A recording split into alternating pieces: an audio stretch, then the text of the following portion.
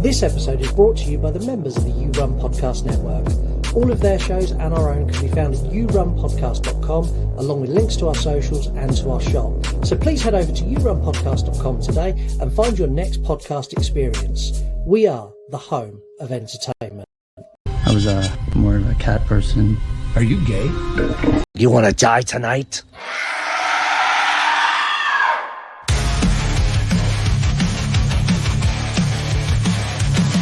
The dad jokes you tell sets the scene. I hang on every word lost in the screen. The passion for fear is contagious enough. You make me believe in Mark's overblown roundups. You run podcasts or a movie review, unveiling facts and playing games too. Your words paint pictures of darkness and dread, leaving me grinning long after I fled. But oh, the two-one podcast.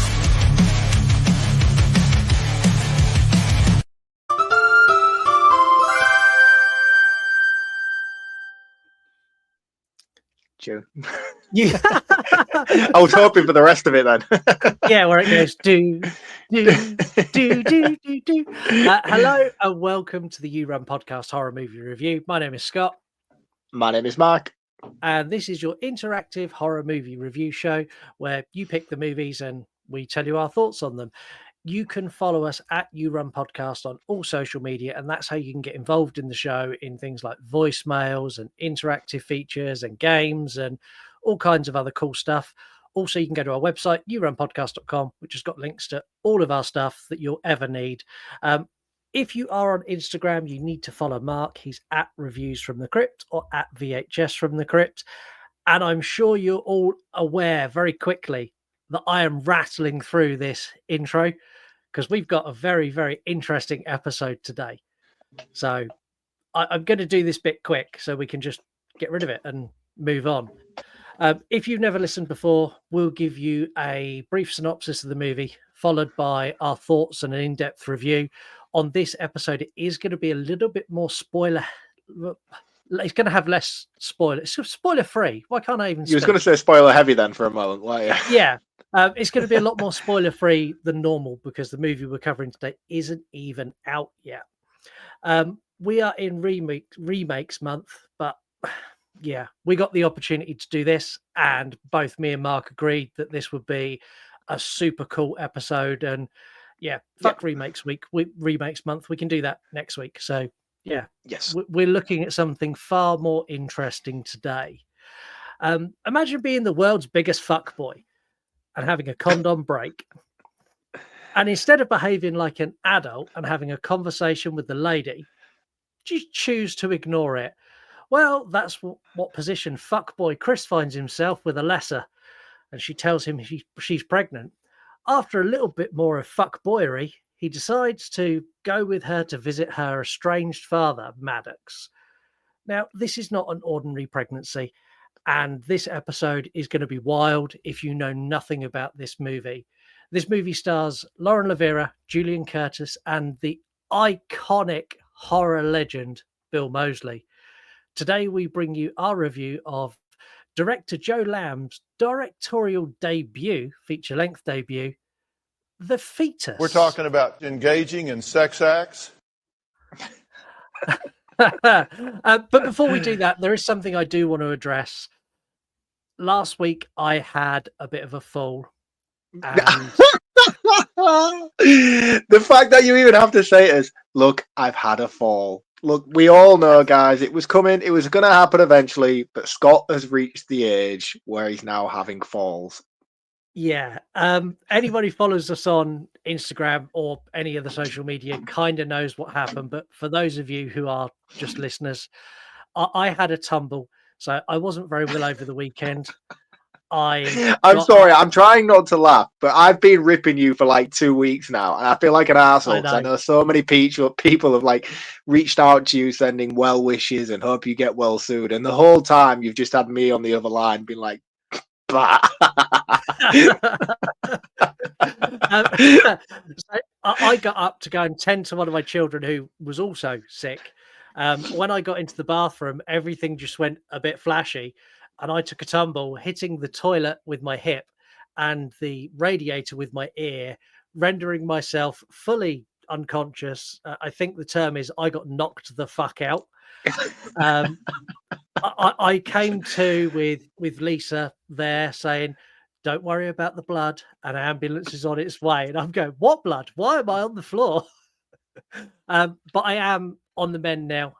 For those of you who did send well wishes and who asked me exactly what happened, that's kind of the gist of it. And I've brought some photographs to share for Mark's entertainment and all of yours. So this is what I done to my ear. Wow. I mean, that's gnarly, dude. It is bad. It is bad, but like, I wouldn't be a true friend if I didn't take the piss out of you for it. Yeah, it was like flapping in the wind, which is why me and Mark took a break from recording because I couldn't wear headphones. No. And in the process, I had to have my hip realigned where I hit my hip so hard. There was no bruising when they done this. After they realigned it, it looks like that. Oh, dude, it looks like you've been in a car crash. That's so brutal. Honestly, the ear hurt. It was lots of stitches. It was very painful. The hip, oh my God. Like, I've never felt pain like having that put back into place. So they brought my knee up to my chest and kind of gently opened my legs. And in that process, there was a pop noise. Like, I nearly shit myself. I weed a little bit. I jumped about 8 foot off the bed. There was a nurse holding my shoulders to keep me still, and I sent her about 18 foot across the room as I leapt my big fat ass up.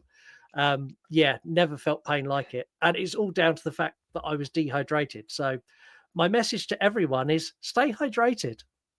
Yeah, man, definitely. Drink that high quality H2O. Yeah. Good for the body. Yeah, but after our break, a whole week and a bit away from recording, we are back. Mega Hospital. I know I joke, and I know I've been ribbing you unconditionally for the past couple of weeks, but I am glad you are safe and well. It was a daunting task to think that I might have to do this show on my own, but you have a carer now, which is good. Yeah. You know, so we know that if anything happens in the future, you have care and you have guidance.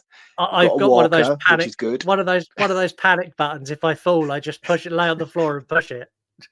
Like when you go to those old people's home and they have like the red cord light switch and the white cord light switch. I remember going to a grandparents' houses when I was younger, and you always used to go in the bathroom and like pull the wrong cord, which would send like the alarm off, and they'd have to ring the warden and be like, "No, it's okay. My dear grandson just pulled the cord." If you had one of those installed after your accident, maybe I need to. I think you might. Anyway, today we are reviewing an independent horror movie. And for anyone who wonders, we treat independent horror exactly the same as we treat all the big boys. As far as we're concerned, if you make an independent horror and you go for the full cinematic release, you get the full review treatment the same as everybody else. Yes. The first thing I want to say is the casting for this is fucking superb. The casting of Bill Mosley, Lauren Lavera, and Julian Curtis? Julian Curtis, yes, I believe. All fabulous. Yeah, and it's weird really as well, because not only are they all fantastic in their own right, but collectively as a trio, they just seem to gel so well together. Like the dynamic between the three of them just so naturally flows and is so authentic that it's hard not to find yourself invested with amongst these characters. I think the casting process has done exceptionally well here. Yeah, it really is. We kick off with a sex scene, and I'm gonna be that guy. I never thought I'd see a Lauren Lavera sex scene, but I did. Oh, full boobs. I was very impressed. I don't want to be that creepy guy and be like, "Oh my God, it's Lauren Lavera boobs." But when you see like a Terrifier movie and she's never done nudity in that, to see it here, you're like, surely she would be naked in a Terrifier movie of something like this. But yeah, no, fast 30 seconds, full naked Laura Laverne. Great. Yeah, great and stuff. I sort of Good went, start. holy shit. Yeah, like we're off to a flyer. After this, we get to really meet Alessa, who's Laura Navira's character, and Chris. Oh man, Chris. Yeah, he's the worst. Everybody hates Chris. He Yeah, is they did. by far Go on. the most hated character I've ever come across in a horror movie. From his opening gambit with his girlfriend, where they've had sex, the condom breaks, and he just slings it in a bin and doesn't say anything. I'm like, oh, you're a prick.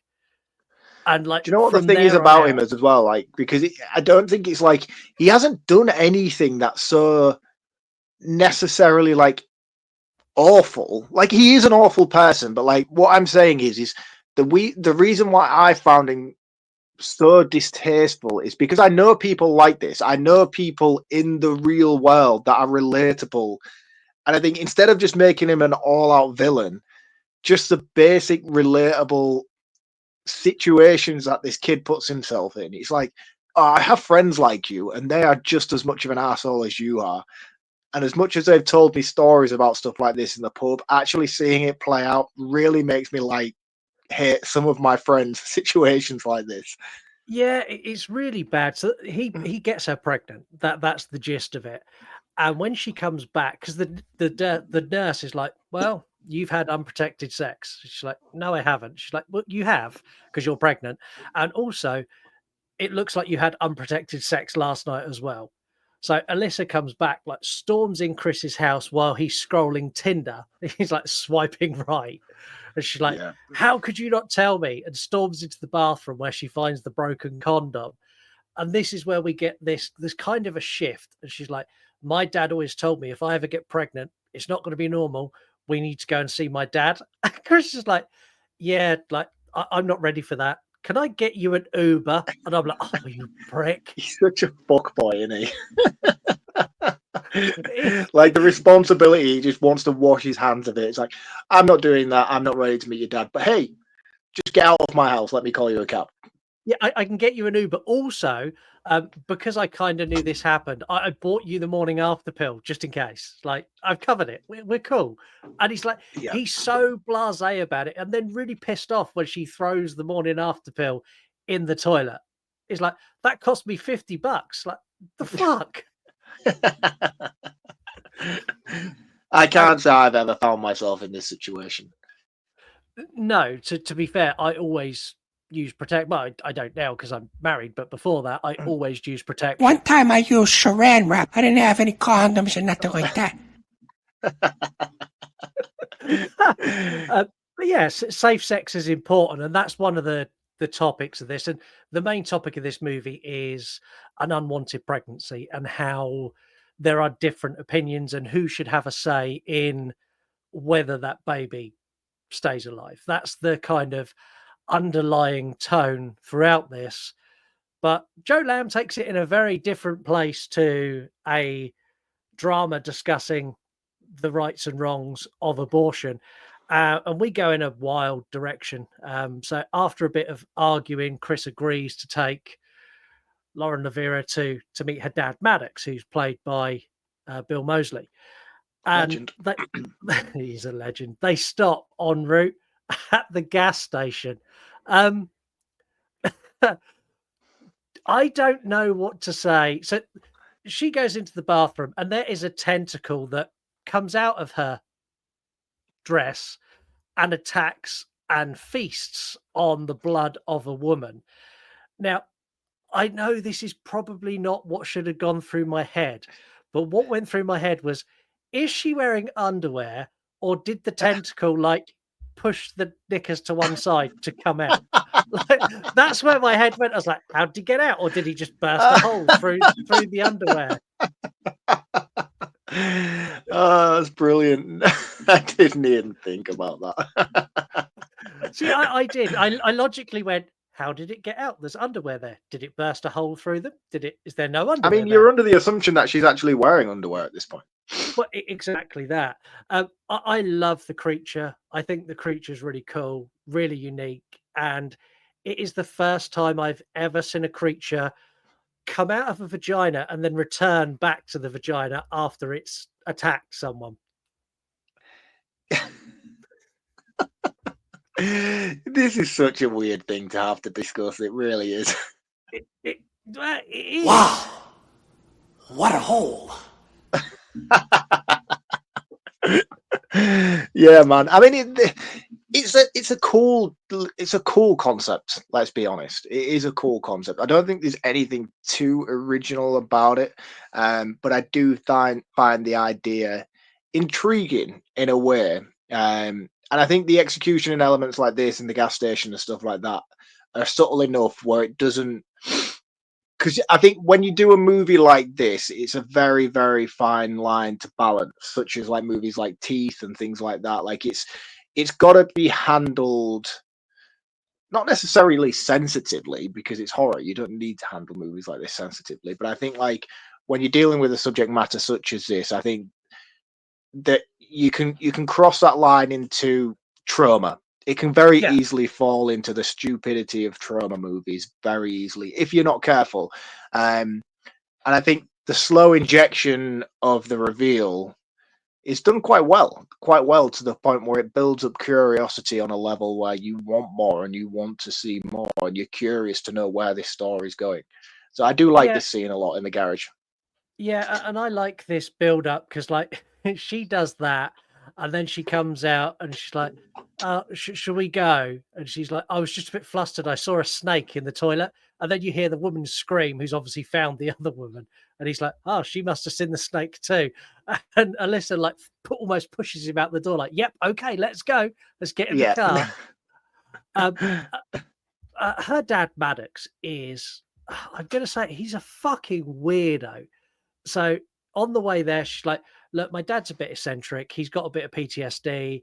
Like, he won't really talk to us until I feed him. So as soon as we get there, I have to feed him. And then after that, we can discuss things." And I was like, "Oh, that's a bit odd." And they rock up, and Bill Mosley comes out and greets them with a shotgun. I was like, "Yeah, great. Love that." Yeah. Yeah, I don't quite understand this whole traditionality of, yes, I have to go in and be a mother replacement figure for my father and feed him and cook for him and clean for him. And like, I don't get it. I don't get the message or the point behind this. They do explain it. It's to do with his PTSD, and it's something that, like, he needs that to adjust to the situation and new people and just kind of settle into that environment. He's used to being on his own, and he needs like a meal to bring him out of it. They do explain it. Yeah, it's just weird when you're dealing with a situation like this, such as pregnancy and motherhood and relationship dynamics, to then have her fall into that housewife, house cook for her father. I just thought there'd be more of a bigger meaning to it than what there was. I mean, then maybe there is. You know, this is a new release again, as always with new releases. I've only seen it once.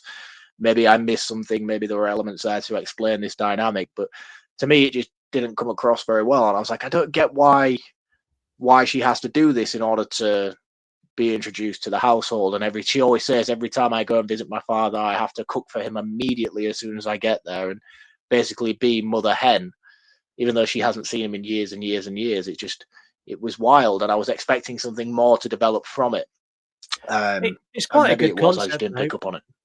Maybe like when we're old, we can introduce that with our children when they come visit. "I won't talk to you till you fed me. I'll have a stew, please." Well, if they cook like my wife, then maybe not. Jokes.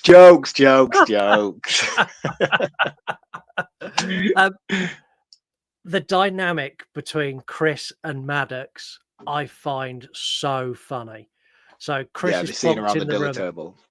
Before we get to that, the bit where she's cooking and they're plonked alone together, and Chris is like, "It's a really nice home," and he says nothing. And he's like, "Yeah, the drive up here was quite long. Have you lived here long?" And he says nothing. And this goes on for ages, and I'm dying inside going, "Oh, you're a dick," but I actually feel sorry for you because he is making you suffer so bad. I'm going to be this dad. This is how I'm. Do you know what the biggest inspiration for me is in life? Do you remember in Bad Boys 2? Yes. Where like Will Smith and Martin Lawrence, and he comes to pick up Martin Lawrence's daughter for the date, and they both act real drunk. He's like, "Yeah, pop a cat." Greatest scene ever in Bad Boys 2. I love it, and every time I see it, I'm like, I'm going to do that one day. and I will do that one day. Yeah, I am going to be the dad who answers the door in a white t-shirt covered in blood, holding a meat cleaver. Can I help you? That's going to be me. Yeah. I love that. I love that. Brilliant. And I like it in this. It's done really well. And the thing is, like, as soon as he eats, he goes from being this like stonewall, not speaking to, "Hi, nice to meet you." And they're having this discussion, and we know we have lots of people who love cats. Maddox does not like cats because Chris goes, "I'm more of a cat person." To which Maddox response is, "Are you gay?" He sounds like me. I love so much how many people have who listen to this show who, when we spoke about cats last week, messaged me. Oh, you cat hate. Fuck you with your cat hate. And then I watched this, I was like, everyone hates cats. Yeah, I was speaking to Beck. Beck messaged me. She's like, "Oh yeah, you're fucking coming at cats again." And then I had to make the ultimate confession. I know I spoke to you and Heather about it in a group chat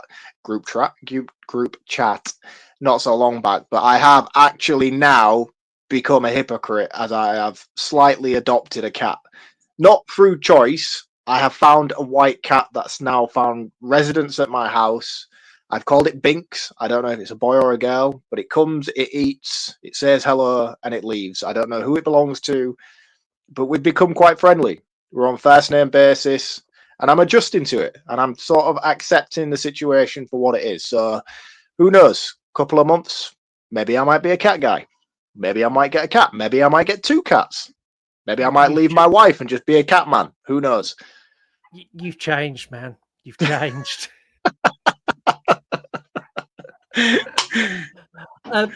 From here, things take a dramatic turn really quick.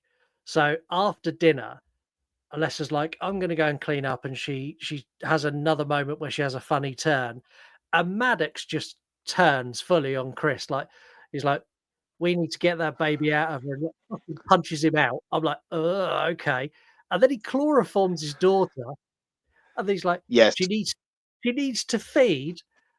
And like they drag it, he drags her to the side of the road, and Chris is trying to. He's like, no, just watch and wait. And what we get is a truck or a car pull up, a guy get out, and as he walks to the downed Alessa, the only thing that went through my head, and I messaged you at the time, was, "Get over here!"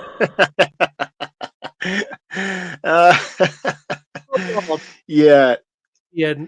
From the vagina. It's vagina scorpion, and honestly, it's fucking brilliant. I laughed so hard. I'm like, that is arguably the most inventive kill I've ever seen in a horror movie. I've never seen anything like it. It's so good. I laughed so hard, and I was like, that's so cool. I'm never going to see another film when a tentacle comes out of a vagina and rips someone's throat out. That's a one-off. That's unique. Do you think? Do you think that's it? That's a one and done situation. I've never seen it before. I'd like to see it again. Like, put this character in the next Mortal Kombat movie, and I'm 100% in. This is a fatality. Yeah. After this, and after she has fed, so the fetus tentacle feeds on the man, and then they lock Alessa in the basement, and Maddox is like, "We need to go and catch the neighbors." This was really cool. I love this scene. I think this was actually one of my favorite scenes in the movie, to be honest with you. It's just a bumbling effort to try and kidnap the neighbors was just fucking so perfectly executed. I'm going to knock on the door, and then you're going to bonk him. And he's like, "What do you mean I'm going to bonk him? What am I going to bonk? I'm going to bonk him? What? Knock him out?" Like, it's so funny. It is good, this. And neither of them have a fucking clue. Like, Maddox is meant to be like this trained vet, and you can tell like he could probably have done this on his own, but he's still trying to put Chris through his paces to like, yeah, if you're good enough for my daughter, you're going to kidnap the neighbors with me. It's weird. Yeah, it's almost like he's trying to say, this is what you need to do to step up to look after her. And it's like, it just goes horribly wrong. Like, we've all met parents. So what was it like when you met your wife's parents? Was it as awkward as this, or was that kind of chill? It was all right. It was all right. I mean, I don't know. I don't know. It was probably more awkward than I remember it being. But when I mean, I've been with my wife for like 15 years now, so I met her very early on when we were younger. So for me, I probably thought I was a lot cooler than I actually was in the situation. Looking back at it now as an adult, I was probably a right dickhead, thinking I was I, being real suave and smooth and, oh, hello there, Mrs. And then in hindsight, no, you bellend. If someone walked into my house probably speaking to me the way that I did back then, I would slap them. yeah, so like Because you're when I trying met, to do that thing to over impress, aren't you? You're being extra polite and you're being extra nice. And she probably sat there thinking, what a dickhead. yeah, and when I met Lisa's family, so me and Lisa met and started dating just before Christmas a decade and a bit ago. And Lisa's like, why don't like, she's like, what are you doing Christmas Day? I'm like, not a lot, to be honest. She's like, why don't you come down and see us for the day? And I was like, yeah, okay. So I went and saw Kane in the morning because me and my wife had not long, well, I say not long, we'd been split up about a year. So I saw Kane Christmas Day morning. Then I drove down to a random house I'd never been before and walked in and met all of Lisa's family and extended family in one hit. And on it, everyone bought me a gift. Everyone had And Christmas you came cards for empty me. handed. I brought a gatto. That's how prepared I was. Yeah, you see, do you know, I watch like romantic comedies and stuff, and I see these instances where it's like, I'll meet the fuckers, and you go and meet the parents and things. I've never had that sort of traditional kind of meet cute kind of thing where you, oh, come on, come and meet the parents, and you walk in, you bring great gifts, and you have that whole awkward interaction thing. No, like mine, I was fairly young, and it was all just teen bullshit when I was younger. That sounds daunting as fuck to actually do it like they do in the movies. Yeah, like it was okay. Like, everyone was really friendly. Now a decade on, like it means nothing now. But yeah, at No, the of time I course not. was like, I walked in and Lisa's like, there are a few more people here than I said, and like walked into like this living room slash dining room, and it's fucking packed like shoulder to shoulder with about 40 people. I'm like, oh fuck, hello. And then like everyone's like, how did you meet Lisa? Oh, how long have you been dating? What do you do for a living? And I had that conversation like 30 times. That's quite cool. I like that though. That's cool. Like that's a story, isn't it? Do you know what I mean? Like, is have you got a father-in-law? Uh, yeah, kind of. There, I have got a father-in-law, but they're split up. I didn't meet him till much later because he lives abroad. So I met him like, Oh yeah, of course. Yeah, that's why you go on holiday and stuff. You get on really well with him now, which is cool. See, I oh don't yeah, have a father-in-law. Like my wife's dad died when she was similar age to me when I lost my father. Um, so I just have my mother and a mother-in-law now. Can you imagine how unbearable that is to have not only a mother but then have like an actual mother that's not your mother and no yeah. male counterpart to balance that situation out. So like I'm the man of both households in my current dynamic. The level of That pressure is unbearable sometimes. that in itself is daunting. Oh Anyway, mate, it's terrifying. we're getting incredibly Did you bring sidetracked. condoms? So we're going to get back to this movie, and I'm going to be Sorry. honest with everyone. Like, we're not going to give all of this away because we want you No. to go and watch this and experience it. So I'm going to give you a couple of snippets of what happens after we get the full-on Mortal Kombat vagina scorpion moment, but I'm not going to give you a lot. So from here, we meet a demon, and a demon that wants the fetus that is in Alessa. We find out that there are people who have allegiances to the demon, and everyone has their own motivations for this fetus. This movie goes from this point, goes on a very wild ass path. Some of you will have seen some of the stills with Lauren Lavera with her full prosthetics on. And Lauren Lavera as a demon, saying it now, still hot, even as a demon, Gold. still hot. Yeah. This movie's really cool, and I want you to go and watch it. And because of that, we're actually going to call the review there, which is unlike us. And I want to keep talking. Like, I want to talk through like what happens. I want to talk about severed arms, and I want to talk about the director's cameo, like Joe Lam's cameo. And this is like, oh fuck, it's the director, and it's really cool. But we're not going to. Instead, we're going to take a break. Cool with that? Yeah, definitely, man. I think that's a good place to wrap. Like you say, it's a new movie. People want to have the opportunity to see it. We've had a very early screening. For us to divulge all the spoilers would be unfair because we know we have a dedicated fan base who listen regardless of seeing the movie. So I think it's only right that we give people the opportunity to watch the movie. I think we've gone through enough that will make people want to see it without diving too much into spoilers. Yeah, I agree. So let's take a break. I do. I don't know that anyone else does. I say something that comes across from the movie. I don't always remember what you're quoting from the movie. Me neither. But there's been a couple times where I've gotten to what you were going to say ahead of you, so that's good. The Dewey Pod Monster podcast is something truly unique. Hosted by John and Sean, this show brings you everything you could possibly want about consumption, whether that's craft beers, TV, film, video games, or just general banter. These guys nail it every single week. Yes, couldn't have ninjas, throwing stars, headbutts, ear claps, nunchucks. The word ninja and kids stuff. Well, if the world of VHS is your thing, the only place you can go is Video Tasties. Hosted by Gareth, this show brings you everything. Live watch-along parties with special guests, deep dives, behind-the-scenes footage, and of course, a look at his fabulous VHS collection. For these and all the other members of the You Run Podcast Network, head over to yourunpodcast.com, your home of entertainment. So make sure you go to yourunpodcast.com. There are now 19 members. We've just added a brand new member to the network as well. There's so many shows there, TV, film, gaming, professional wrestling, like you name it, true crime, paranormal. We've got absolutely everything. Also on our website, you'll find links to our shop, links to all of our socials, links to Mark, which I put in last week. So there's a link right at the bottom, little picture of Mark's logo. If you click on that, it takes you straight to his Instagram page, at Reviews from the Crypt. Make sure you follow him. We have no facts this week. And the reason for that is we are joined by the director of this movie.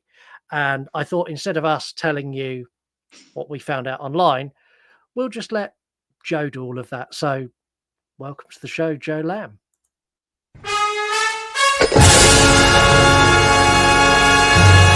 Joe, thank you very much for joining us for this episode. I'm delighted that you could spare the time, and apologies for cancelling on you previously. It's all good, Scott. I'm just glad your ear is back together in one piece. Yeah, no, I'm kind of, I'm stitched up and patched up and back to some sort of normality now. I want to kick this off. There's one question that's been burning on my mind since we got to see the screener, and that is, how did it come about that you managed to land a horror? He is now a horror icon in Bill Mosley for your first directorial debut. That is a huge coup. I need to know the story behind that. Well, he was my top 3 choice. And I think it comes down to how fun the script was for him, and the story and the character that he was diving into. Because literally, like, we sent his management team the offer, the screenplay, and he told me literally within 3 hours after reading it, I mean, he said yes. Wow. That was it. Yeah, I think that's impressive. Yeah, and I think he saw my short film as well. I did a short film. It's my last one. It won 56 awards, and I put a lot of money and energy into it. It was a $45,000 short film, so I think. Sorry to interrupt. What is the title of that film? Because I'm sure our audience will be curious to know. Because I haven't seen it either, so I'll definitely have to check that out. Fugitive Zero. So right. Is that available anywhere? Yeah, you go to fugitivezero.com. Brilliant. Yeah. But yeah, I mean, it's because, I mean, horror is right up his alley, right? Yeah. And to play a character like this, he actually said there were some things in there that he had never done before in a horror film. So I thought, okay, that's great. And I'm not going to say what it is because it would spoil it. Yeah. So Yeah, I love the Maddox character.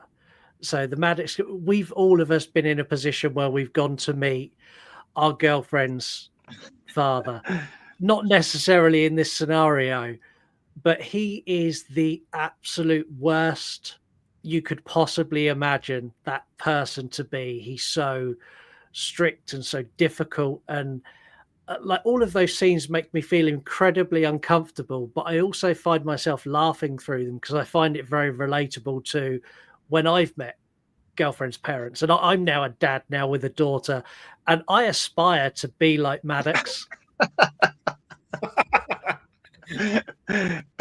Yeah, he's old school.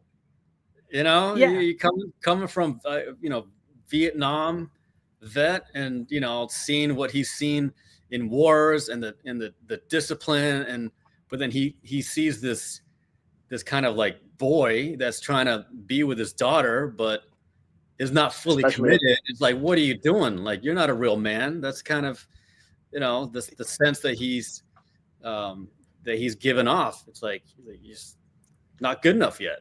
So. No, he's a modern day man meeting an old school fella. You can understand how the conversation is going to unfold easily. I mean, when you write characters like this, where does the inspiration come from? Is it drawn from personal experiences or? Well, I was looking at also the generational differences. We got the baby boomers and Gen Z millennials, and the younger characters fall within the I guess like the higher end of Gen Z, lower end of millennials. Yeah. And it's fun to see that clash, that difference of how generations behave, So, and one generation is not accepting of the other one. And it's like trying to exert their influence. Maddox is exerting his influence on this guy, Chris, who's, doesn't see as a man yet. Yeah. And Chris is a bad dude. Like I'm not going to give away, obviously, the full arc that he has, but at the start of this movie, I don't think I've ever hated a character as much as I hated Chris, and it all stems around the line, "Can I get you an Uber?" And I didn't know what to say. He's the worst, man. I didn't know that would be the thing. I thought it would be, what he's doing on his phone would be the thing for you. Wow. No, it was more the fact that he was doing that on his phone, which is terrible. But it was more the fact that he was doing that, and he just genuinely didn't care enough to even commit any time. He's like, "I'll just get you an Uber. Just kind of go away and deal with it." I was like, "Oh, he just wanted rid of the situation, and it's the most uncomfortable thing to watch. Well, that's good to know. I appreciate the feedback, How did you find like practical effects work on this? Because there's a lot of practical in this, and there's a lot of like shots, like even the image behind us is you holding up some of the practical work. Did you get very hands-on with that? Because I know you had obviously your effects team, but you see every photo I've seen, you're holding something or doing something on the practical side of things as well. Oh, it's honestly, it's not all me, because there were times where, like what you put up here, the green screen shot, me holding that creature, it's because our puppeteers were already done when we filmed on location in Pennsylvania. And so I did have help with another person who's experienced as a puppeteer here, but I also felt that I had enough work with the creatures and the mechatronics that certain shots would be better for me to handle, because I'm looking at a monitor as well. So that's kind of why you see me working at some of these shots. And not only that, there are certain behind the scenes photos that we will not release because it would just give too much away. Yeah. And those are the ones that have the puppeteers that came from Mexico, who specialize in it. Yeah. But most of the work is from them. I only did a little bit of puppeteering. Yeah, because your film is due for release, so the film is in theaters on the 7th. In select theaters, you can go to thefetus.com and get tickets for those. What's your plan with release after that? Is this coming to streaming? Are we all going to get to see it? Are we getting a wider cinematic release? Yeah, it's actually thefetusfilm.com. That's where they can go. Yeah. Yeah, the Fetus film. Well, if it does well in this 1 week run, and it's mostly in Michigan right now, we're working to get it into. We were pending for a couple other cities and states like Texas and Tennessee, but the theaters, it's very difficult dealing with theater chains, even some of the smaller theater chains as well, where they say, yeah, we're going to put you in, but then they keep waiting. And we're like, okay. And so the fallback is if anyone has bought a ticket and it's not screening in their area, then you will still get a digital copy 1 month after the theatrical release. We have to have that window to protect theaters. Yeah, they're not going to show our film, but we would love it for the film to sell out for this 1 week, and then we could expand into more theaters because we would show the revenue to other theaters. Yeah. But we're competing with a lot of multi-million-dollar movies. Like literally the lineup of our film with all the other movies, they're all multi-million-dollar movies. And you're talking the 5 millions to 100 million. And we're in there, which is, it's an achievement. Yeah, definitely. Yeah. Thankfully this one theater chain, MJR, is provided us the slot, but it is tough to get butts in the seats. So yeah, and the next step, obviously, for you after that is streaming services. And how is that handled from a behind the scenes perspective? Like, do you have to approach individual services and showcase your movie and be like, we'd love for you to buy this? Or how does that work for you to get it to that next step so people can watch this at home in a way through streaming rather than actually going to the website or things like that? Because obviously streaming services is a big advertising campaign as well, because it just randomly pops up in people's watch lists and things like that. So surely that would be a big choice for you if that's the case. Yeah, because usually there's a life cycle of film. So first it's theatrical, and then it goes to like transactional, which is like people just paying to rent or buy it, and then after that it's streaming, or there's advertising as well. And so there's different life cycles. So we're just following the same life cycle. Streaming, it's going to depend on what's being offered and the timing as well. Because right now because we're selling it, we're going to be selling it digitally on our website. We offer a whole bunch of bonuses as well, which you would not get if you're doing streaming. You just watch the film and that's it. Yeah. But I'm all about adding as much value as possible in terms of physical products, digital products. So that's why we have, even a giveaway that we're doing, and it's going to run until April 8th. So it's not going to run forever. So if people want to get tickets, they can. Yeah. And I was going to say, one of the things I find very cool about your movie in particular is you have a very 80s approach, not just in the style of like your style of your movie feels very much like watching an 80s B movie, something like along the lines of Basket Case. Like that's the vibe the movie gets. But all of your promotion and the materials you send out and all of the competitions and the stuff you do on your website, it feels very much like that time period of horror again. I get that, like a full 80s vibe across the board, not just the film, but the promotion and everything you do. I'm assuming the 80s is a big inspiration to you as a filmmaker. Yeah, I mean, I grew up the 80s and 90s, and those were the films that, affected me, especially when you watch things at a young age. Nightmare on Elm Street, The Thing, and all those kinds of, films that had the real tactile practical effects. This is before CGI. And I pretty much mandated. I said, we are doing practical effects all the way, and actual set designs. We would only use VFX to enhance here and there. And you'd be surprised the number of visual effects we have in our film. But again, it's to enhance, or it's to fix little things that would normally take people out of the movie. I'm very meticulous about not wanting to interrupt the experience when there's something that's not right in the frame or in the scene. So there are things that me and my team fixed that would just make it a smoother viewing experience. But yeah, going back to what you're saying, the 80s style. Yeah, absolutely. There's just something tactile about those films back then that is not so polished nowadays, and it's a little bit more, more wild and crazy and zany. Like I said, Nightmare on Elm Street. It's such a wild concept, and the things that they do in there, it's just shocking. So whenever I watch it, I'm locked in, and I'm on this roller coaster ride with these characters, and that's the experience I wanted to create for audiences with The Fetus. That roller coaster ride. Yeah, and you picked a subject matter that people tend to avoid, and the subject matter you picked with sort of parental rights and who makes the decision when there's an unwanted pregnancy, like that's very prevalent in the movie, and that's a difficult conversation to tackle, especially it's a big thing in news. It's a big thing in the real world.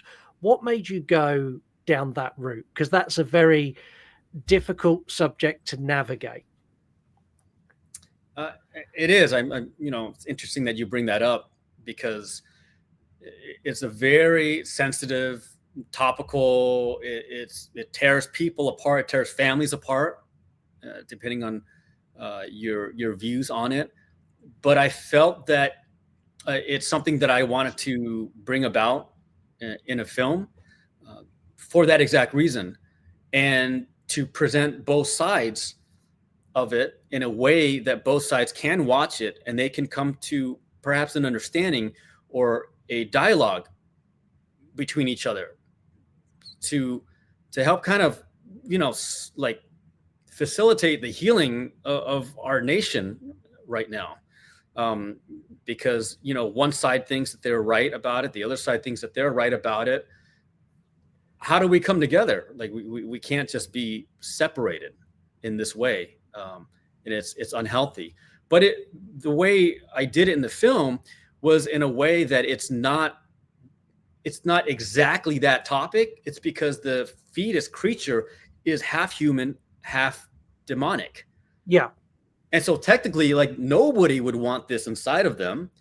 But at the same time, with the right parentage, even though it's coming out killing people, right, there's a chance for this thing to be good. But it's with the right couple involved. And that's where their healing has to grow and evolve, and see if they're up for the challenge. And that's the moral dilemma of the story, really. Yeah, and I like the fact you went down that subject. It's a really difficult subject to tackle.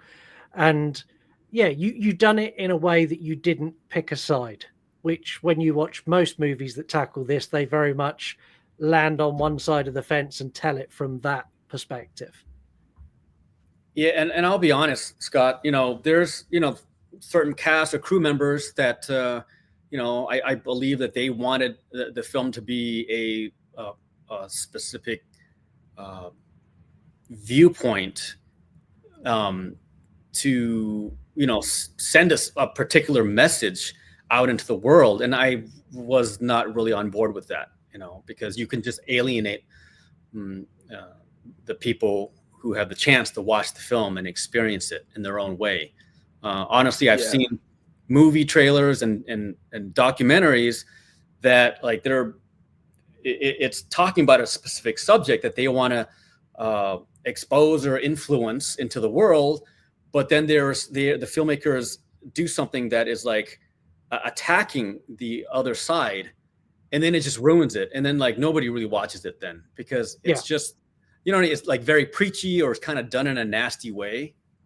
See, that's the thing. One thing that I noticed as well is that you kind of expect this to unfold from Laura Lavera's character and her to be that kind of final girl sort of aspect that you get going throughout the story. But she makes some incredible bad choices throughout this film, some infuriating choices, to the point where you kind of back and forth between her and I apologize, I forget the lead characters, the male side. And you forget, because there's points where you're like, I hate Chris. And then there's points where Laura Lavera's character makes some mistakes, and you're like, actually, no, I kind of agree with Chris. And you constantly have this back and forth, and there's no through point on which one you're supposed to side with throughout. which is a traditional sort of approach from most of these kind of horror flicks that you would get. So it's interesting to know that that was a choice you decided to make from the off, so that you didn't fall into those, not tropes necessarily, but sort of generic viewpoints throughout the film. Yeah, Mark, that's interesting you point that out, because this is not a story with just straightforward characters that know exactly what they want from beginning to end. This is not a James Bond character that says, I'm on a mission, I'm going to fulfill my mission, and nothing's going to get in the way of that. This is not it. This is something where it's like, this unusual thing is introduced into our lives. We have to decide what to do with it. Yeah. I mean, that's, and that's it. And it's that constant unbalance throughout, where you think one moment you're siding with Laura Lavera's character, then you're on like Bill Mosley's side, even though 5 minutes prior he was like the worst character in the film. And then again with Chris, you're like, you've been a dickhead for the past 45 minutes, but all of a sudden I'm kind of starting to appreciate where you're coming from. And it's so back and forth with who you're supposed to seek alliance with, whereas usually in a film like this, it's you're introduced to this final girl and that's the mission you're on with from start to finish, whereas this doesn't do that.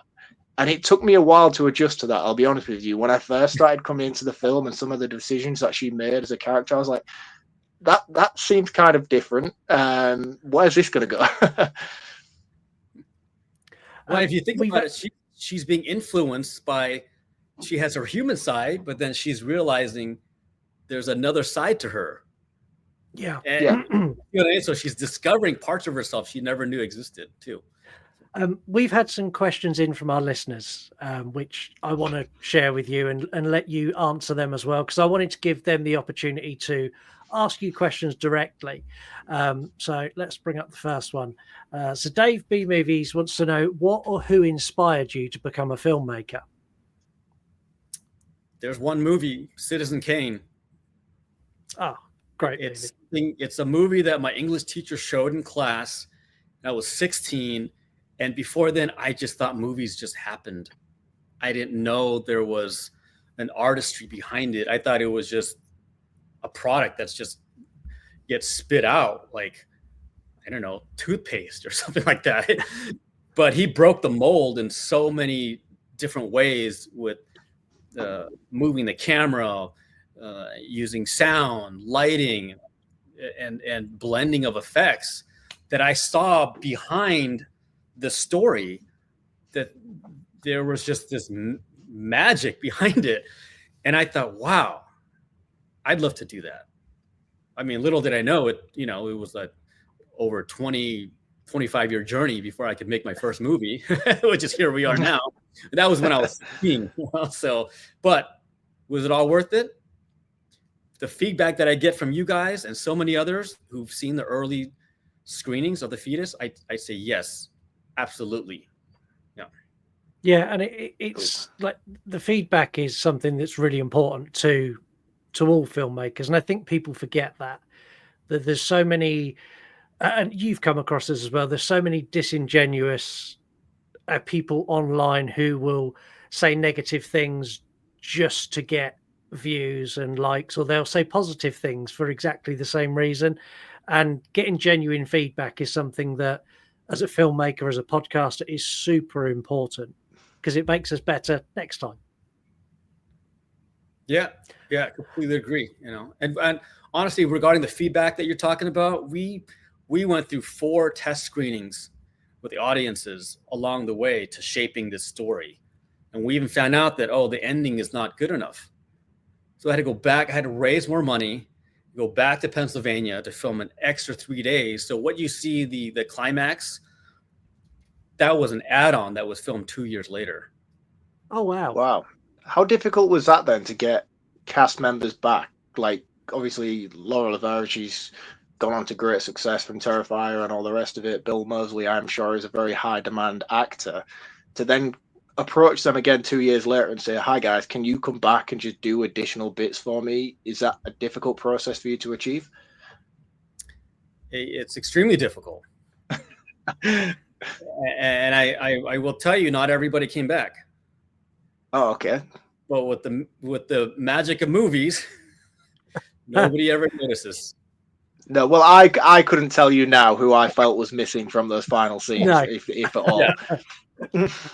We've got some more questions from our listeners. So we've got Under the Floorboards podcast. What do you think makes this film feel familiar to the horror community? And this is something I said earlier, like this feels very familiar to me. What do you think it is that makes that familiarity there?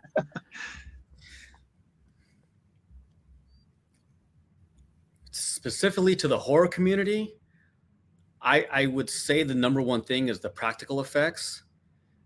Second would be characters that people want to follow. And so I designed the story in a way that you would want to either love or hate them and see them grow as a result. And that's why we actually have a lot of people who have watched it more than once. People who've watched it over a dozen times. It's shocking to me, but it has that rewatchability because of the way it's designed. It's like going on a fun roller coaster ride. You want to go on it again and again and again. Whereas a lot of movies that I see nowadays, sometimes I can't even finish the movie. I'll be in 5 minutes and I have to turn it off. It's unfortunate, and I feel starved for good storytelling nowadays, and that's why I put so much energy and effort into this. Along with our entire cast and crew, over 100 professionals worked on this. It is a low budget, but because of that, it took 4 years from the very beginning of writing it until now to get this thing out there. Yeah, and it's like I get what you're saying about movies that you just turn off, and me and Mark talk about them all the time. We refer to them as cookie cutter horror movies. They just follow the standard tropes, the standard beats. We have music into a jump scare, then we have a lull, then we have music into a jump scare, then we have another lull, then we have the finale where we kill the bad guy, everyone's okay, we all have a hug, the end. Like, those movies do nothing for me. So when I watch something like your film that's got a bit of depth in a different direction, and it's not your standard cookie cutter, it does sit with me better. We have got one more question. We've got one question in from Dewey Podmonster. Lauren Lavera, in my opinion, has become one of the most underrated stars in horror film as a whole. What was it like working with her on set? Loud. No, I'm just kidding. When I say loud, I mean she's got some scenes that she's just screaming her head off. But that's part of the fun of it. Having an actor who can just express a wide range of emotions and vocal ranges and behaviors and personality quirks and all these things. I mean, it's an incredible range. And I honestly didn't give her too much direction. I just let her and the other actors run with it, because I would tell them, like, I'm more like the way Clint Eastwood or Christopher Nolan directs. They're more technical and like deal with the camera and set the environment and allow the actors to take over the characters. So I literally told Lauren and the other actors, I said, I wrote these characters, but you have to take them on. I am passing the baton over to you. It's yours now. So whatever you do on camera, you're going to have to live with. I will only step in and let you know if I feel you're going too far off the camera, off the character, of the core of the character. And as a result, that means each actor would take ownership. And I found that approach. I found it to be far more powerful than me directing them. And I'll give you an example of how I used to direct, where you have two actors talking to each other, and then I come in, right? I'm the third person, like, hey, you should do like this. So, hey, well, you should do like that. Well, then they talk to each other again, but they're kind of side-eyeing me, thinking like, am I doing the right thing for Joe? Versus I let them alone, and these actors are just like, I'm doing what I feel is best for me. Because how annoying would it be for you guys, Scott and Mark, if you're having a conversation and a third person comes in and says, no, say it this way and say it that way. Oh yeah, there is Yeah. a slim chance of that happening on our show. That would definitely not work for me. Yeah, you'd be pretty annoyed, right? You're just like, no, I feel like I should say it this way, but you're telling me to say it your way. Like, who are you listening to now? You're not listening to yourself then. Yeah. No, I get that. I think that's a really unique approach to have with your actors, and I think that's one of the things that really stood out to me the most is the performances alone in this film are incredible. And I don't know whether that's because I'm so used to seeing Lauren in such a specific role, because I haven't seen her in much other stuff, but seeing the range that she brings to her performance in this film really stood out to me. I thought she was incredible, and it was so refreshing to see her do something different to what I've known from her before, because I found her to be really, really incredible in this role. She really seems to give it her everything. Yeah, she's the type of actor that knows how to take information from the screenplay and to hit all the right notes. It's like playing a piano, you know. Yeah. And just to make the whole symphony work. And it's a testament to her craft. And she would actually write in a journal all these things about her characters. And she offered, if I wanted to read it, I said, sure, if you like to, show it to me. I'll read it, but she never did, and she just kept to herself. I know she does that on every movie. But yeah, I mean, and I asked her, how do you do this? How are you pulling this off? How are you screaming at the top of your lungs right now to make this believable? And she said, Joe, it's your writing. That's where it comes from. Yeah, that's cool. That's really, really cool. We are going to have to let you go, though, because we have got the rest of the show to get on with. But before you go, can you please tell everyone how they can support the movie, how they can support you, how they can get in a copy of the movie, how they can watch it? Sell your heart out for the Fetus. Well, if you're looking for something that's fresh, original, that has a meaningful story in it, and is like a roller coaster ride of emotions, then please support our film. You buy a ticket, and if it's not playing in your area, you will get a digital copy of it 1 month after it releases from theaters. You go to thefetusfilm.com, where you can follow us on any of our socials, which is The Fetus Film on Facebook, Twitter, or X, whatever you call that, Instagram, and TikTok. And right now, we are offering a special of 3 bonuses. There's a $25,000 grand prize giveaway. It's a free entry that you get for buying a ticket. It's only $15. And you have the chance to be flown, you and a friend, to the actual cabin location where we filmed The Fetus. You get a $2,000 debit card spending spree for whatever you want for that weekend. You also get the creature prosthetics actually designed by our 2-time award-winning special effects makeup artist, various sizes of this creature with all the mechatronics mechanisms. That's awesome.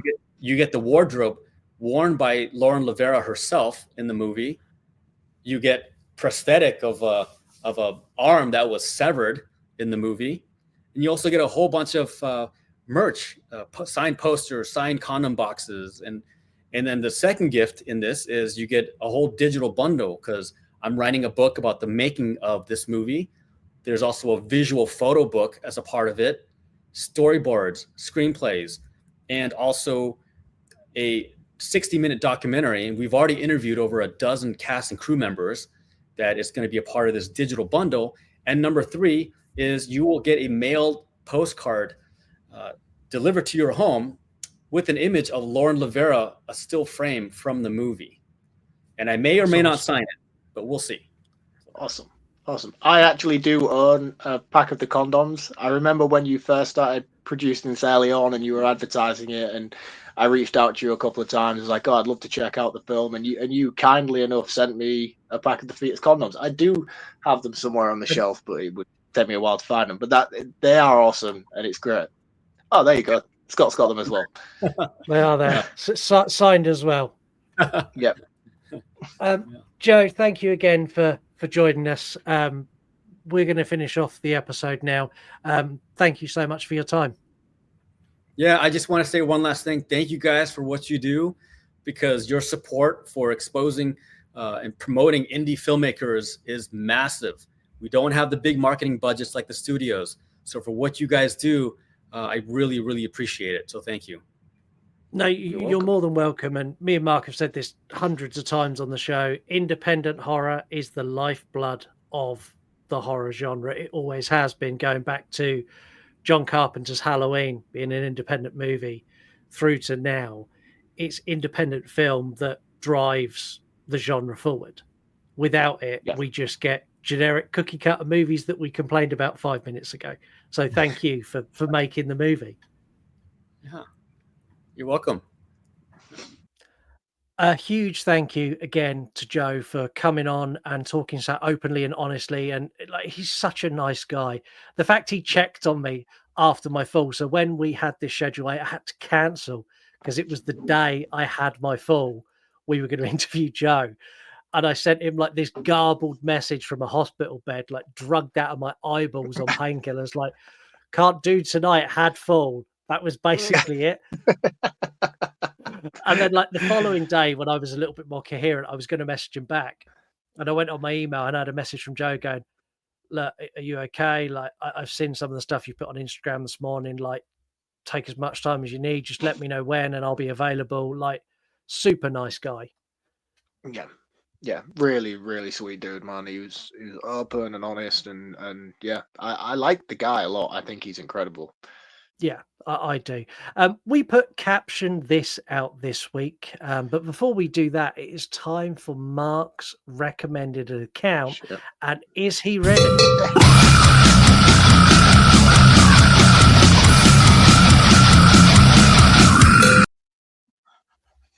I am ready, somewhat. This week's recommended account is Roro Muffins on Instagram.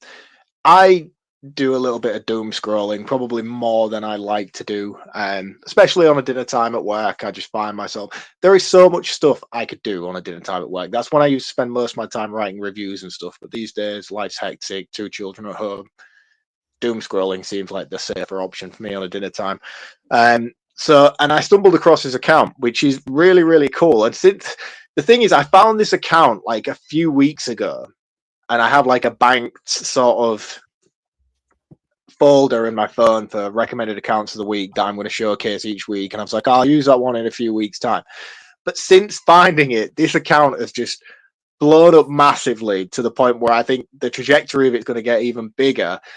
So I'm just telling you now that I found it first, and I didn't want to leave it too late. This is a girl called Rose, just your standard, typical girl, not in an insulting way. She's just an everyday person, but she's never seen certain movies, and she hasn't done this prior. She started this with Star Wars. She's like, I'm going to watch all of the Star Wars movies. I've never seen them. And she documents her viewing experience of the Star Wars movies. I'm not a big Star Wars fan. I can appreciate how great those movies are, especially the first 3 chapters, 4, 5, and 6. And she watches them, and she basically documents her reaction to the grand reveals of the movies and everything like that. And she started with episode 4, and she's working her way through every single Star Wars movies.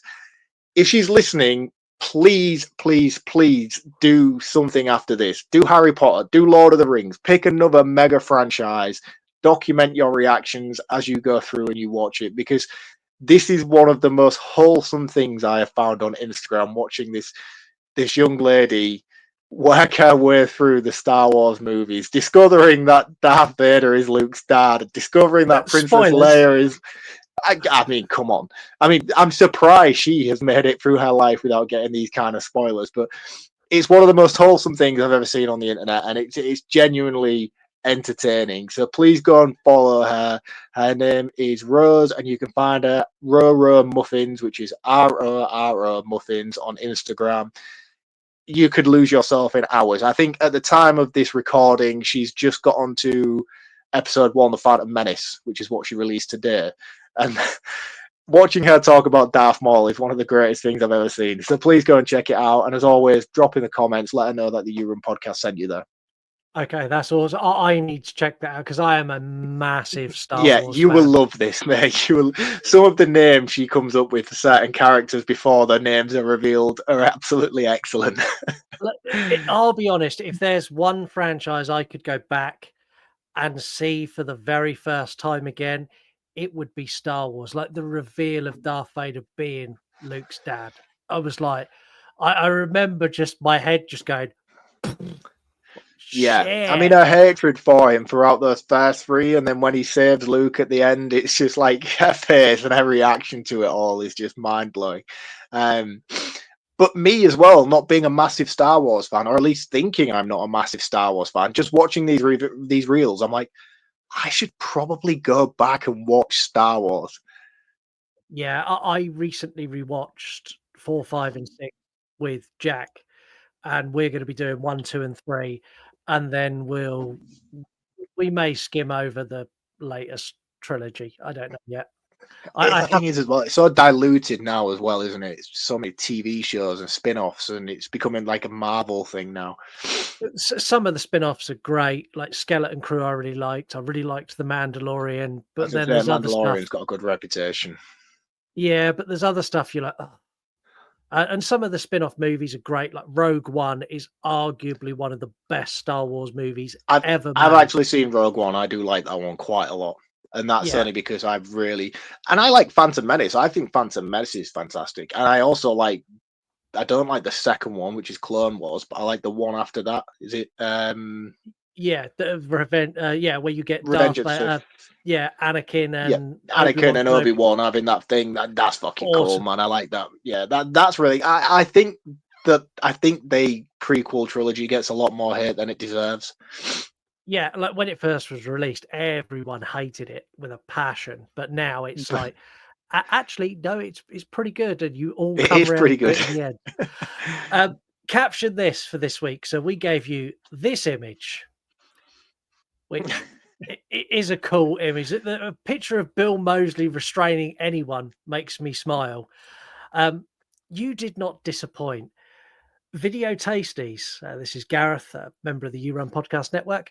Everyone's reaction to Scott's threesome story. I thought we'd put that to bed, man. I thought we were done with that shit. So did I, till I captioned this out, and that's where everyone's head went. Chaz Presley, another really cool filmmaker, great account. Mark's reaction when Scott sees figures of sexual stories triples listeners. Clearly, it's not being put to bed at all. Nightmare, who's a writer, I love this one. Trust me, I wasn't into it at first either. Oh. Skelly, Skellington fan, again, super cool account, friend of this show since the dawn of time. Just went with Freebird playing in the background. Oh, lovely. Lovely. I love that song. And finally, Dissect That Film Pod come with the deepest film reference cut I have ever seen on anything we've ever done on this show. Watching the end of Toy Story 3, because that's exactly what Buzz and Woody do as they're going down into the fire pit. It's exactly that, just with Buzz and Woody. Oh man, Toy Story 3 is fucking nightmare fuel. Honestly, the ending of Toy Story 3 is the most fucking sadistic thing to ever come from Disney. I'll be honest, the first time I watched it, and I watched it with my young kids, I'm watching it going, are they actually going to kill them? Because I genuinely cannot see a way out at this moment in time. No, man, it was horrible. It was horrible. And these are characters that we'd grown up with throughout our childhood. I think the first one came out in 96, I think, Toy Story 1. Yeah. We've grown with Toy Story. To see them meet the demise in such a horrific way, which, again, there is no way out of, is horrifying. I genuinely thought, because there was like talks of Toy Story 3 being the last ever one. I was like, shit, man, they're going to furnish them all. Yeah. How dark would that be? The end. Brought to you by Disney. I feel like we would have been able to cover Toy Story 3 on this show if they had have done that. I agree. We promised the other day we'd had loads of Spotify comments, but you all wanted the threesome story. So we're going back to our Spotify comments now. Ad Ghoul, this is on the back of Halloween 4 versus Resurrection. I think this has been my favorite episode for a long while. This was the correct result for me. Of course. After Charles Play 3, Dave B. I love this one. I love army camping. Like the camp idea, possibly because I love the style of a war film in a camp and then war. Great show, guys. And then after Freddy's Dead, Chaz Presley come with Welcome to Late Night Romance Stories with Dr. Scott. Holy arse cheeks, Batman. Anyone who hasn't listened to that episode yet, go back and give Freddy's Dead a listen. Hear my threesome story because it's the most messages I've ever received after an episode. I received a lot. And finally, we've got Becky. She went with this was after last week. This was after Pet Cemetery. Pet Cemetery. Yeah, great episode. As a dog groomer, listening at work, the cat screams were not appreciated.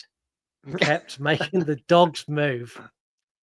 So see, that's weird. So Becky's like actually a dog groomer, but she is a cat person. Yeah. Is she doing a whole Dexter shit at that fucking puppy clinic? What's she up to? What are you doing, Beck? A monster. Randomly euthanizing dogs when they come in for a haircut. Oh man, that's some wild allegations flying around there. I stand by them. We have a game this week to give you an idea of what that game is. This game show is cheap. These lights are cheap. The host is cheap. Your smile is cheap. The questions are cheap. What the fuck is that from? I'm not going to lie. This week's it's very difficult to theme something around this movie. We try and theme games to it, and it's very, very difficult.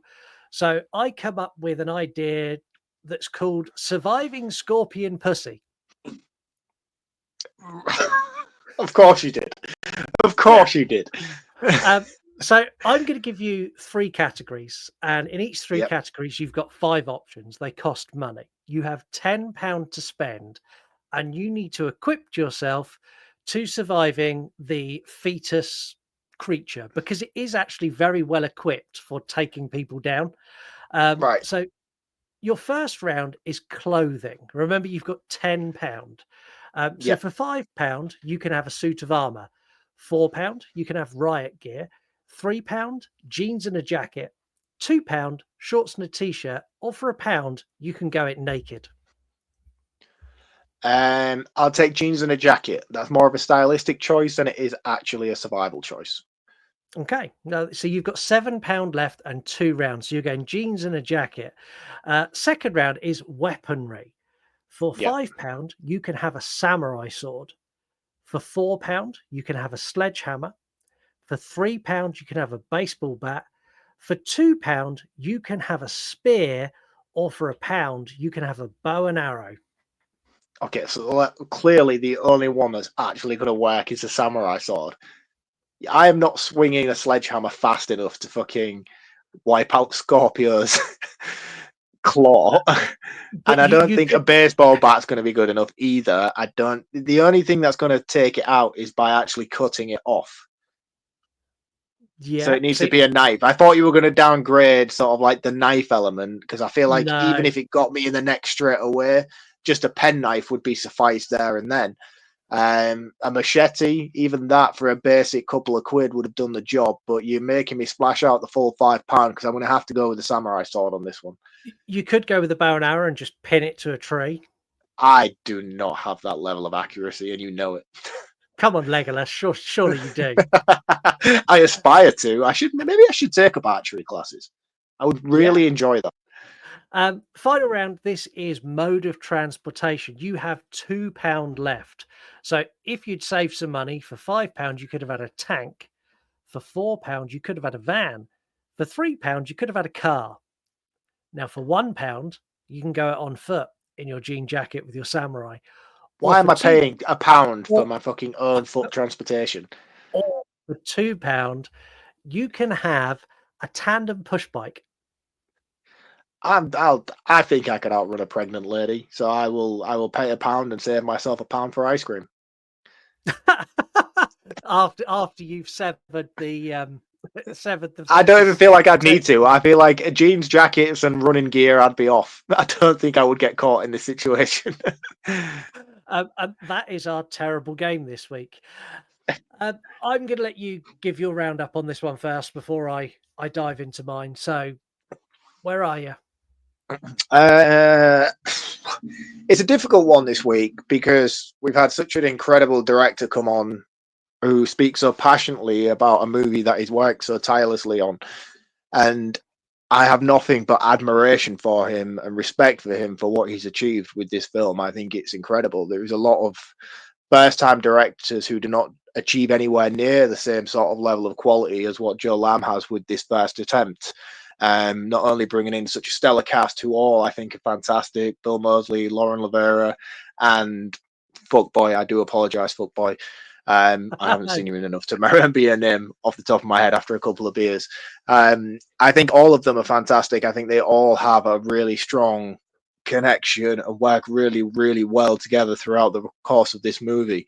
I think one of the biggest draws for me is Lauren Lavera is coming off the back of her Terrifier fame, seeing her in such a different role for what I'm used to and showcasing the amazing talent that she does throughout this film. She has such an incredible range and she really gets the opportunity to showcase that here and sort of bring something different to her skill set that not a lot of people are going to have seen from what they're used to. You know, you think you know her from Terrifier.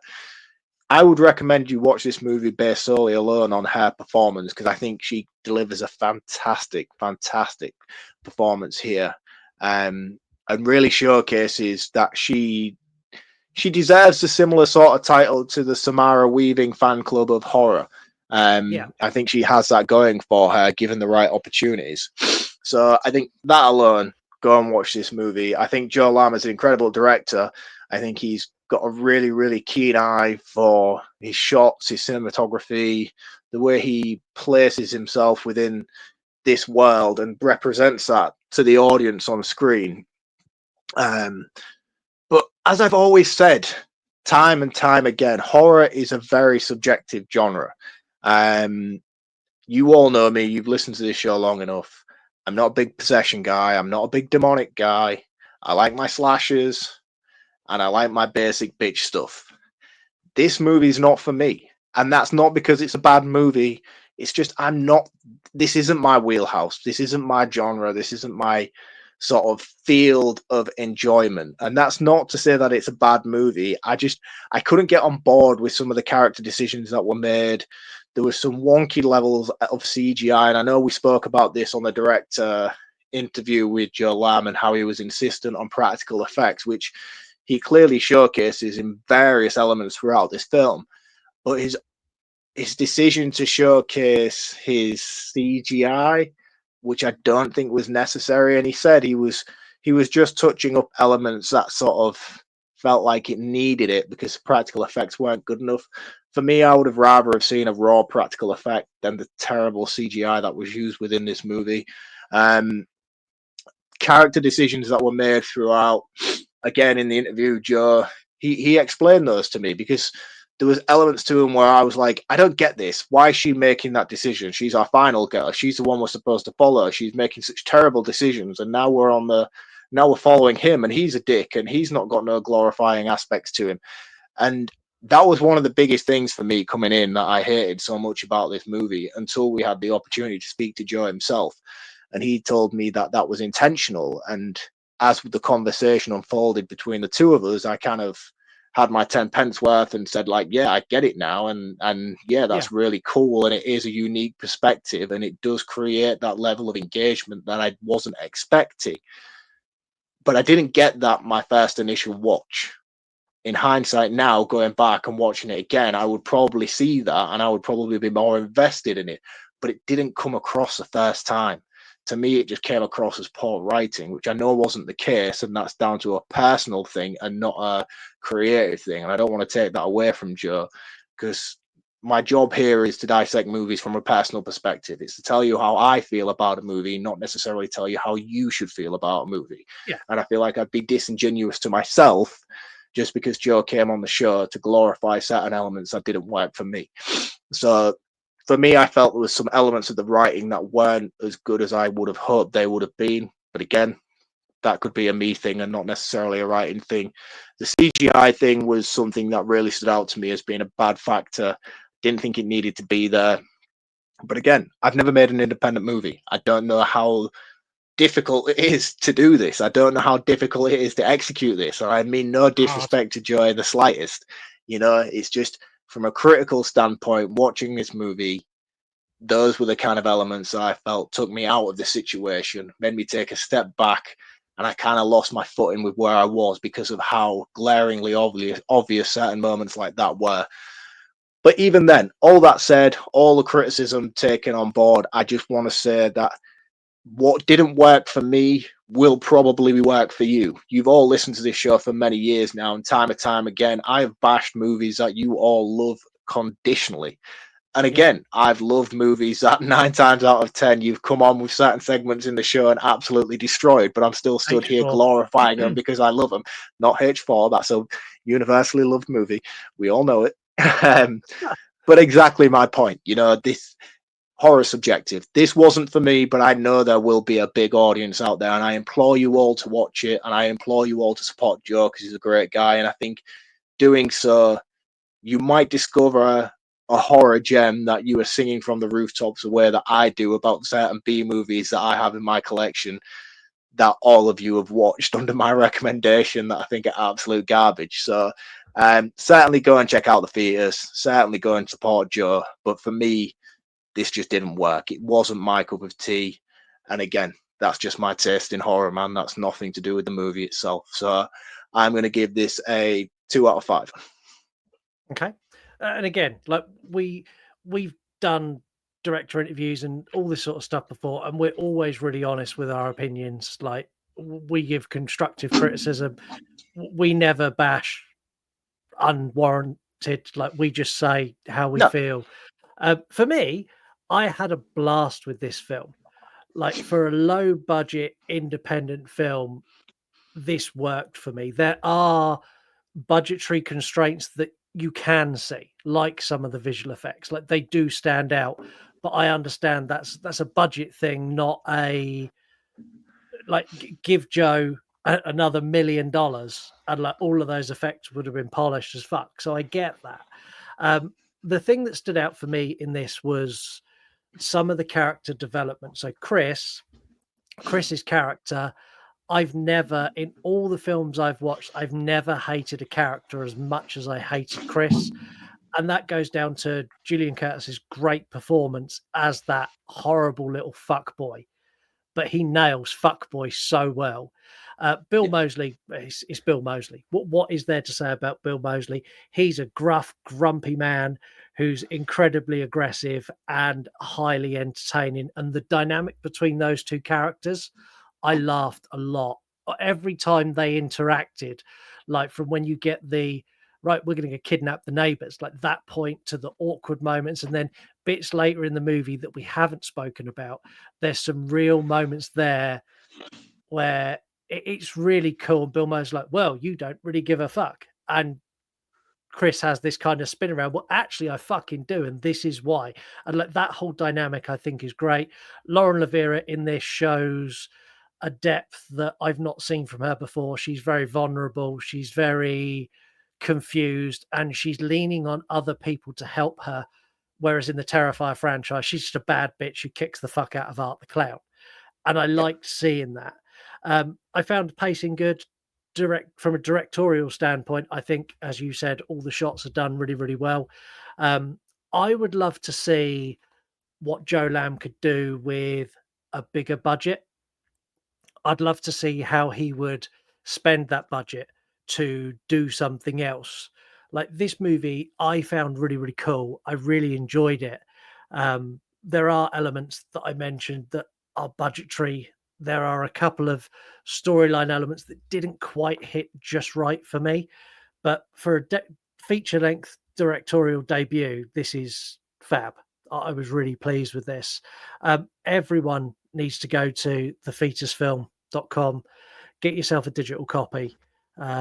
It's worth seeing. It's a film that is 100% worth seeing. It's going to appeal to a big audience, I think. It's not going to be for everyone, but if this sits in your wheelhouse of demonic possession and pregnancy horror and body horror, and like if that's your wheelhouse, this is 100% up your street. For me, I'm going to give this a 3 out of 5. I want to say a huge thank you to Joe and to the producers of the Fetus film for setting up everything they did with Joe. For Joe coming on and being so willing to work with us and being so open and honest and just generally being a really nice guy. Because you and me have met some real dicks doing this. Yeah, like, man, yeah. We're never going to name and shame, but there is a list of people who we've met from the film industry who are fucking bellends. And me and Mark have had long conversations off camera going, they are never coming on our show or anywhere near our show again. And one day we'll leak who some of them are, but there's a couple that afterwards we're like, oh God, why did we do that? But Joe's super cool, really nice guy. Very cool. Very really cool bloke. enjoyable movie. I wish him nothing but the best success in the world. I think he deserves it. I think, like I say, it's a stellar first effort. You know what I mean? There's a lot to like here. It's just personal preference, man. That's all it is. You know, it's just, it wasn't for me. And I don't want to take anything away from Joe for that reason, because I know there is a vast majority of our listeners who will love this movie. Like, eat this movie up as being one of their cult horror movies of the year, you know? And I think, go check it out, man. It definitely deserves your attention. Yeah, it really does. We're going to be back next week. We're going back onto our remake cycle. So we're going to talk about another remake, hopefully better than the last one. But until then, don't be a fuckboy. And if the condom breaks, have a conversation like an adult and get over here. You want to die tonight?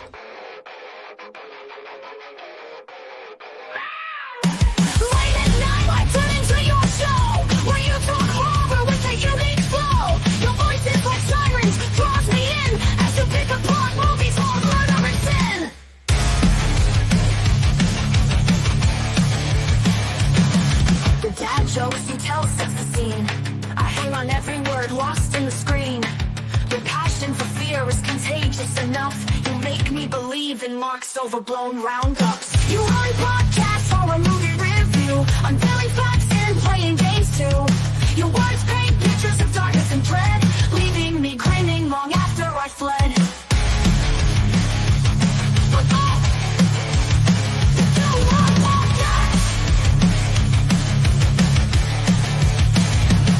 You run